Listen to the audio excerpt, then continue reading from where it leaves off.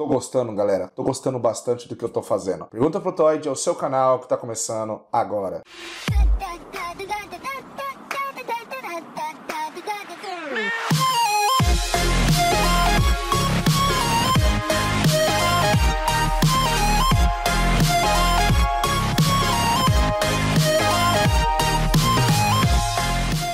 Ok, galera, nós vamos abordar então a primeira escola literária aí que se é estudado aqui no Brasil, o chamado quinhentismo, tá? Que, na verdade, ele acaba sendo um período artístico, né? E abrange algumas manifestações literárias que ocorreram aí no século XVI aqui no Brasil. Em termos geral, na verdade, ele acaba recuperando um pouco do contexto histórico da Renascença e do classicismo em Portugal. Este período, pessoal, ele acabou refletindo o olhar europeu, tá? Em relação a esse novo mundo. As ambições, as intenções, e não contemplam a cosmovisão desse homem brasileiro. E é por isso, pessoal, que a produção ela não é de autores do Brasil, mas sim daqueles que escreveram no Brasil e escreveram sobre o Brasil, registrando-o, também sendo conhecido por literatura de informação. Além disso, o que foi elaborado nesse momento em relação à parte escrita, galera, não possui valor estético algum, tá? Que pode fornecer aí de repente o status literário, mas é uma qualidade mais histórica documental. É claro que posteriormente isso servirá como fonte de interesse estético a muitos românticos e até modernistas, que vão enxergar nesses documentos sugestões temáticas e formais para compor as suas obras. Então é como eu disse, pessoal, essa produção literária do quinhentismo, ela divide-se primeiramente em literatura de informação e tem a literatura de catequização, ou também chamado de literatura jesuítica, pessoal. Bom, a literatura de informação ela é designada como literatura dos viajantes ou até de cronistas, por formar-se no círculo das grandes navegações, entende o que eu digo? Então é esse o contexto de colonização. Faz uma descrição bem sensível dos primeiros contatos entre portugueses e os índios aqui no Brasil, relatando a maneira minuciosa da natureza e do homem brasileiro. Esses documentos acabaram permanecendo como fonte de informação para o Brasil que entra no contexto da história. Enquadraram-se no campo literário pela sua sutileza na linguagem empregada e na descrição dos fatos. Seu interesse está no reflexo da visão do mundo dos viajantes e dos missionários europeus daquela época, tudo bem, galera? Alguns textos merecem destaque, pessoal. Carta de Pero Vaz de Caminha a El Rei Dom Manuel e Tratado da Terra do Brasil e a História da Província de Santa Cruz, a que vulgarmente chamamos Brasil, de Pero Magalhães Gândavo, 1576. E o Tratado Descritivo do Brasil, de Gabriel Soares de Souza, 1587. Bom, pessoal, Pero Vaz de Caminha, ele é o nome mais importante da literatura informativa. Na carta em que ele escreve ao rei Dom Manuel sobre o achamento desse Brasil, ele utiliza de uma linguagem sutil e ingênua, é um realismo aí sem pregas, deixa transparecer por meio das suas observações a ideologia mercantilista que salta aquela época, bem como o possível alargamento da fé. E um desses trechos do Pero Vaz, da carta, está assim: ali veríeis galantes pintados de preto e vermelho, e quartejados, assim pelos corpos como pelas pernas, que, certo, assim pareciam bem. Também andavam entre eles 4 ou 5 mulheres, novas, assim seminuas, assim nuas, e não parecia nada mal.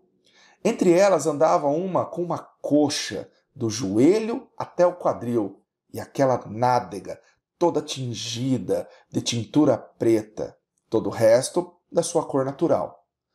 Outra trazia ambos os joelhos, com as curvas assim feito tintas, e também os colos dos pés, as suas vergonhas tão nuas e com tanta inocência assim descobertas que não havia nisso desvergonha nenhuma. Todos andavam rapados, até por cima das orelhas, assim mesmo de sobrancelhas e pestanas. Trazem todas as testas, de fonte a fonte, tintas de tintura preta, que parece uma fita preta da largura de 2 dedos. Mostram-lhes um papagaio pardo que o capitão traz consigo. Tomaram-no logo na mão e acenaram para a terra, como se houvesse ali muito mais. Mostraram-lhes um carneiro, não fizeram caso dele.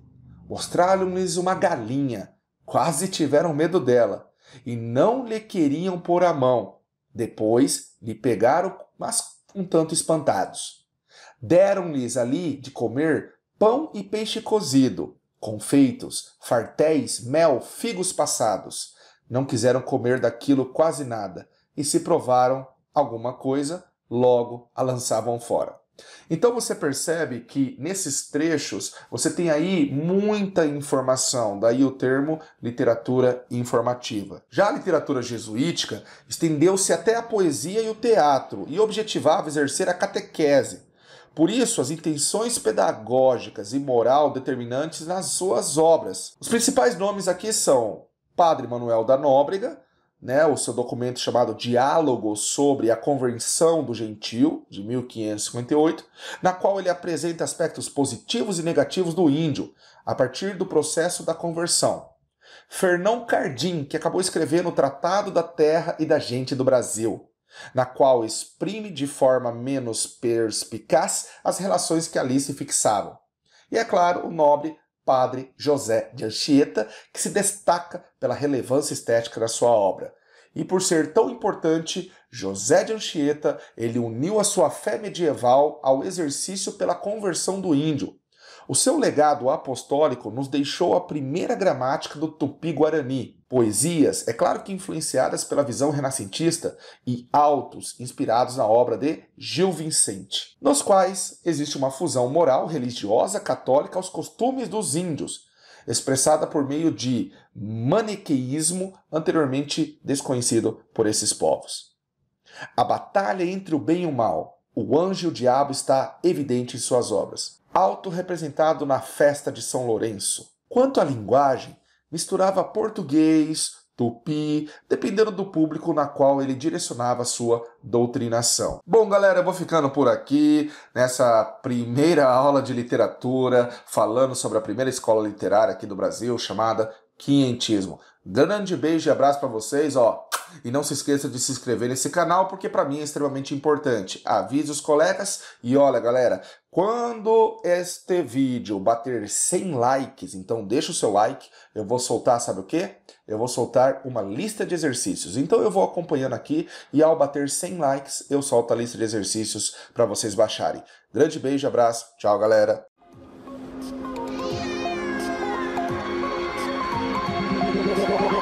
Like a Hellcat.